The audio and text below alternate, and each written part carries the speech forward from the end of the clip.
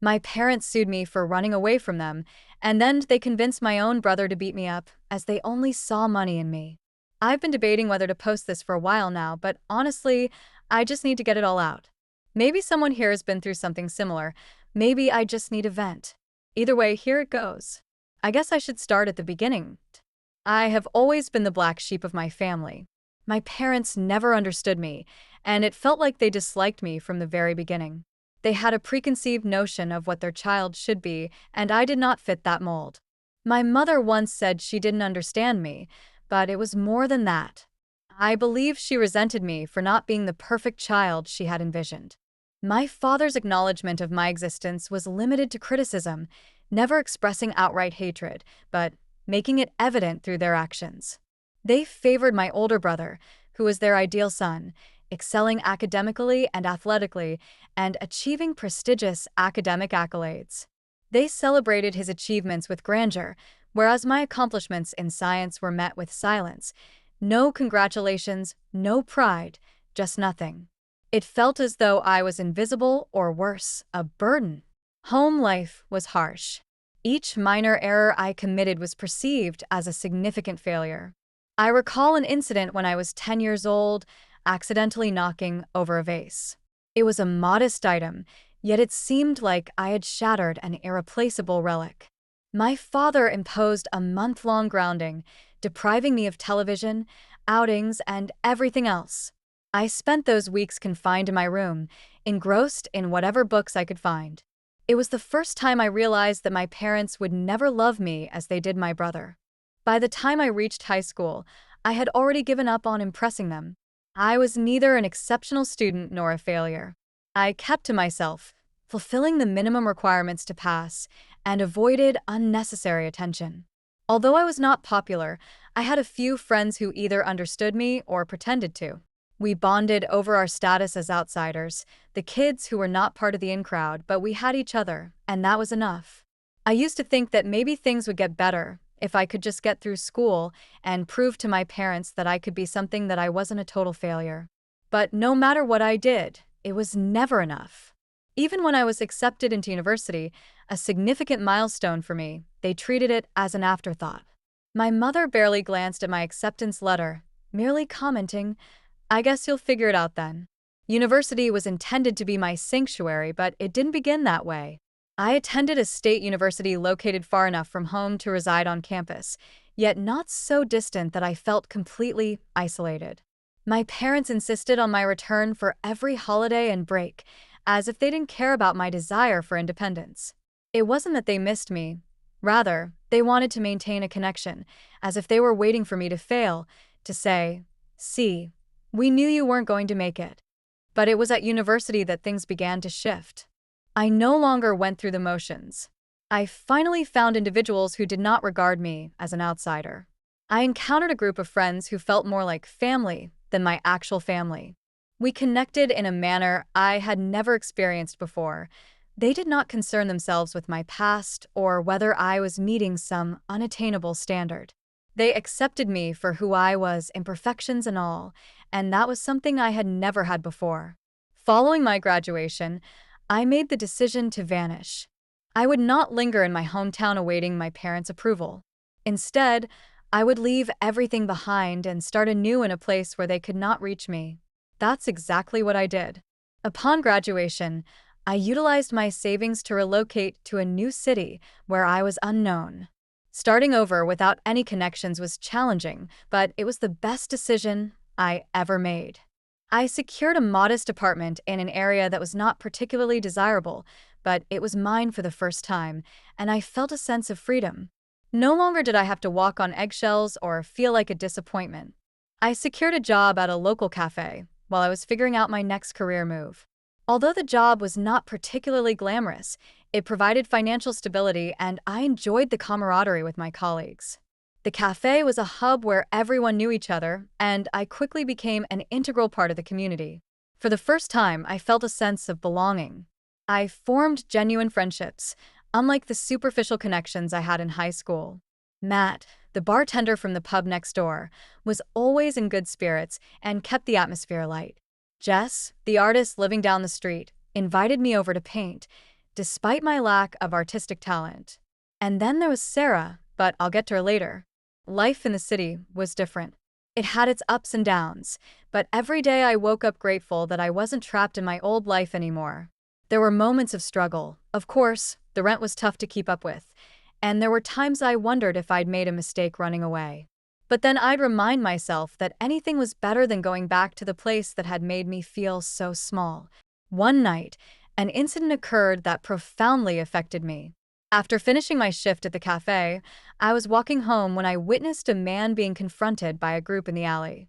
Initially, I assumed it was a mere argument between inebriated individuals, but it quickly escalated. The situation turned violent as they began shoving him. Before I could react, fists were thrown. I froze, unsure of what to do, as I watched the confrontation unfold. Then, unexpectedly, Sarah, the same Sarah, intervened without hesitation. She intervened, instructing the men to step back, and to her surprise, they did. Despite her diminutive stature of 5 feet 4 inches, she possessed a commanding presence that commanded respect. They left, muttering under their breath. She turned to the guy, helping him up like it was no big deal. That's Sarah for you. Always jumping into the chaos, always fearless. I must admit, I was quite shaken by the entire incident. However, Sarah remained composed, acting as if it was just another ordinary Tuesday night. It was then that I realized something profound. I wasn't merely fleeing my past. I was running towards a life where I could be myself, free from the constraints of others' expectations. However, just as I thought I was establishing a new life, an unforeseen event occurred. I discovered that my brother had been searching for me. It was late one night when I received an email from him, which was quite unexpected since we hadn't spoken in years. I hesitated for what felt like hours, contemplating whether to open the email. A part of me wanted to delete it and pretend I never saw it, but my curiosity ultimately prevailed. Upon reading the email, my stomach sank. He wasn't reaching out to apologize or reconnect. He needed help. He mentioned that something had gone wrong back home, something bad. I was at a loss for what to do. I had left all of that behind for a reason. I had constructed a new life, one devoid of the complexities of my family, but now it seemed that the past was catching up with me, and I was uncertain if I was prepared to confront it. Please read it. I am back. Since my last post, the situation has become increasingly chaotic, and I am unsure of where to start. Have you ever felt like your life is a roller coaster, and just when you think you have a grip on it, it suddenly turns upside down again? After receiving the email from my brother, I did not respond. Although I considered it for a while, I ultimately decided against it. I had worked diligently to establish a new life, escaping the turmoil of my past, and the thought of returning to that chaos was nauseating. My brother's intentions were unclear, and I was not willing to be drawn into any ongoing drama. Consequently, I chose to ignore his message, deleted it, blocked his email address, and continued on my path. At least I attempted it. Sarah was instrumental in maintaining my composure throughout this ordeal. Our bond had strengthened significantly following the alleyway incident. She was fearless, as previously mentioned, but also possessed a no-nonsense approach to life. She was impervious to setbacks and refused to be constrained by others' opinions. Her resilience and determination were qualities I greatly admired. It was revealed that Sarah harbored ambitious plans, ones I never anticipated being involved in. The conversation began one evening at a local bar where we were casually discussing life. The cafe where I worked had become stagnant, and I was expressing my uncertainty about my future career path to her. That's when she posed the question, "Why don't we start something together?" Initially, I thought she was joking. Despite our strong rapport and shared aspirations, the idea of starting a business seemed daunting. However, Sarah was not one to shy away from challenges. She had been contemplating the venture for some time and envisioned a boutique creative agency. She recognized my interpersonal skills and my marketing experience from university, while she possessed a natural talent for graphic design and web development. Together, we could achieve something remarkable. Although it seemed like a crazy idea at first, the more we discussed it, the more it began to make sense. The cafe job was not a path to success, and Sarah was stuck freelancing, never receiving the recognition or compensation she deserved. Why not take a risk? Why not see if we could make something of ourselves together? We began modestly, operating out of our humble apartments and securing any available gigs. Our services included designing websites for local businesses, managing social media for small shops, and creating logos for startups with limited resources. The work was not glamorous, and there were numerous instances when we considered our venture to be on the brink of failure. However, we persevered. Initially, we struggled to make ends meet. I focused on client acquisition, tirelessly seeking new business opportunities, while Sarah dedicated herself to the technical aspects, designing and coding with exceptional efficiency. There were nights when we barely slept, working through the night to meet unrealistic deadlines due to financial constraints. We also had our share of disagreements, such as pricing strategies, project acceptance criteria, and client management. Despite these challenges, we consistently returned to our primary objective, ensuring the success of our venture. The landscape began to shift. We secured a significant client, a tech startup requiring a comprehensive rebranding of their website and overall online presence. This project had the potential to establish us as industry leaders if executed successfully. However, it also brought with it immense pressure. The client was demanding and frequently altered their requirements.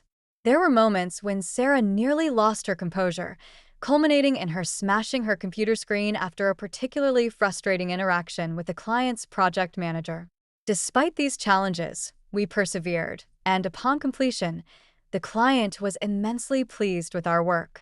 News of our success spread, transforming us from a small operation based in our apartments into a sought-after entity. I won't lie to you, though, it wasn't all smooth sailing.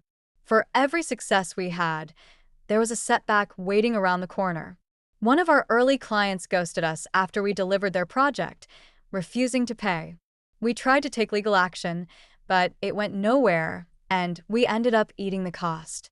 That one stung, and it put us in a financial hole for a while, but instead of letting it crush us, we learned from it. We started drafting airtight contracts requiring deposits up front and getting smarter about who we worked with. We also dealt with some personal drama along the way. Sarah and I were close, but working together day in and day out took its toll. There were times when I thought our friendship would collapse under the weight of all the stress. We were both stubborn as hell, and when things got tense, neither of us would back down. We went through a period where we barely spoke outside of work. Every conversation felt like a battle, and I started wondering if maybe this whole partnership had been a mistake. That's when we met Jake. Jake was a graphic designer we hired to assist with a significant project for a corporate client. Sarah had encountered him at an art gallery one evening and was impressed with his portfolio. His edgy, out-of-the-box style resonated with our objectives, leading us to engage him as a freelancer. Initially, everything was excellent. Jake was talented, easy to work with, and he brought a fresh perspective to our projects. However, things began to become strange rather quickly. Jake harbored a secret admiration for Sarah, which became evident after a few weeks when he began making subtle comments, such as joking about their compatibility or suggesting they spend time together outside of work. I did not initially take these remarks seriously, as Sarah is a strong individual accustomed to male attention.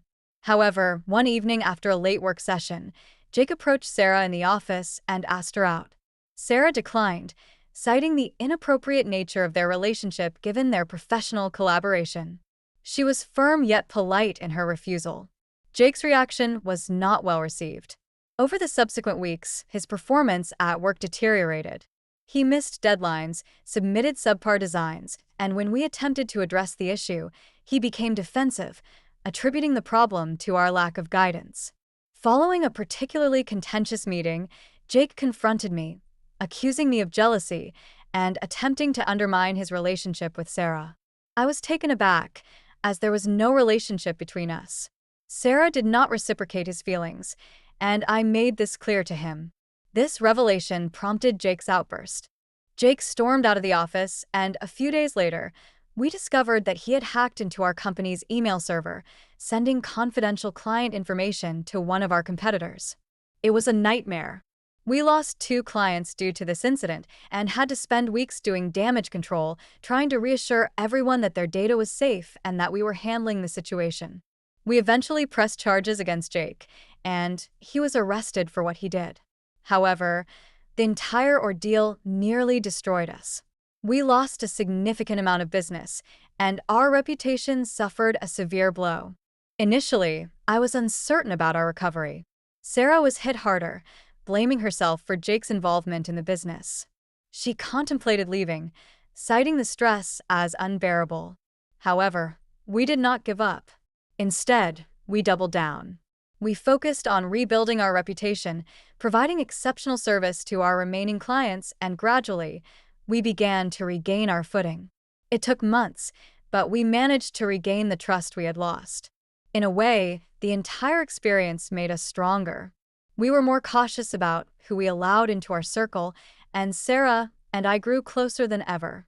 Following our recovery, our business experienced significant growth. We transitioned from cramped apartments to a dedicated office space, expanded our team, and secured increasingly prestigious clients. It was surreal. I never imagined myself in this position, running a successful business and achieving personal fulfillment. Without Sarah's support, I would not have reached this point. Our earnings surpassed my wildest expectations. Although we were not millionaires, we were financially secure. We had a consistent client base and a growing team, and for the first time in my life, I felt like I was exactly where I was supposed to be. However, life dealt another unexpected twist. Suddenly, I received a text from my brother, which was quite unusual since I hadn't spoken to him in years. I had blocked his previous attempts to contact me. The message read, "I really need your help, please." Despite my reluctance to respond, the urgency in his words compelled me to inquire further. It took him a while to respond, but when he did, it was a bombshell. Our parents were in serious trouble financially, legally, and in every other way. It seemed they had become entangled in some dubious business dealings, all in an effort to maintain their facade. Following my brother's career downturn, our family was on the brink of financial ruin. Despite being the golden child, he was unable to resolve the situation. Although he didn't explicitly ask for money, it was evident that was his expectation. He attempted to invoke sympathy, emphasizing our familial ties, but I refused. I had endured a lifetime of feeling insignificant at their hands, and now that they were in distress, they expected me to intervene. I declined, asserting that they needed to resolve their issues independently. I have not heard from him since. Sarah was the only person I confided in about this, and she was entirely supportive. She reminded me that I had already given enough of myself to people who didn't appreciate me and that it was okay to move on. I needed to protect the life I had built, not get dragged back into the chaos I had escaped from. However, a part of me wonders if I made the right decision. What if things had been different? What if I had stayed and tried to fix things with my family? Would it have changed anything? Or would I have just ended up right back where I started? I guess I'll never know. Currently, my focus is on the future. Sarah and I are discussing the possibility of expanding our business by opening a second office in another city. Despite facing numerous setbacks, I am proud of our achievements. I never imagined reaching this point, but here I am. Life is unpredictable, isn't it? Greetings, Reddit. I find it challenging to articulate the recent events. A part of me remains in disbelief, while another is profoundly angry. I have endured numerous hardships in my life, but this incident surpasses them all. So, grab some popcorn or something because this story is quite extensive. After ignoring my brother's texts and dismissing any notion of assisting my parents, I believed that would be the final chapter. I believed I had made my decision and was prepared to proceed. However, I was mistaken. So wrong. About a month after I turned down my brother's plea for help, my parents showed up unannounced at my front door. I hadn't seen them in years. Literally hadn't laid eyes on them since I left for university. To say I was surprised would be an understatement. I didn't want to let them in. Everything in me screamed to just shut the door and tell them to leave, but there they were, standing on my porch with these sour, angry looks on their faces. My mother was dressed in her usual elegant attire, pearls and high heels, as if she were attending a country club event.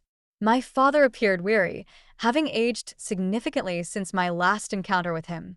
For a fleeting moment, I felt a twinge of empathy, but then I remembered their actions and the way they had treated me. I kept the door half closed, preventing them from seeing inside. "What do you want?" I inquired, not in the mood for idle conversation. "We need to talk," my mother said, her voice cold, referring to my perceived betrayal. I was taken aback by her betrayal. I retorted, "What the hell are you talking about?" She gave me a withering look, as if I was the one being unreasonable. "You refused to help your family. We needed you, and you turned your back on us." At this point, I could feel my blood boiling at her audacity. "You never cared about me, but now you expect me to bail you out, get off my porch?" My father's voice, more serious than I had ever heard it, declared, "We're not leaving. You have a choice.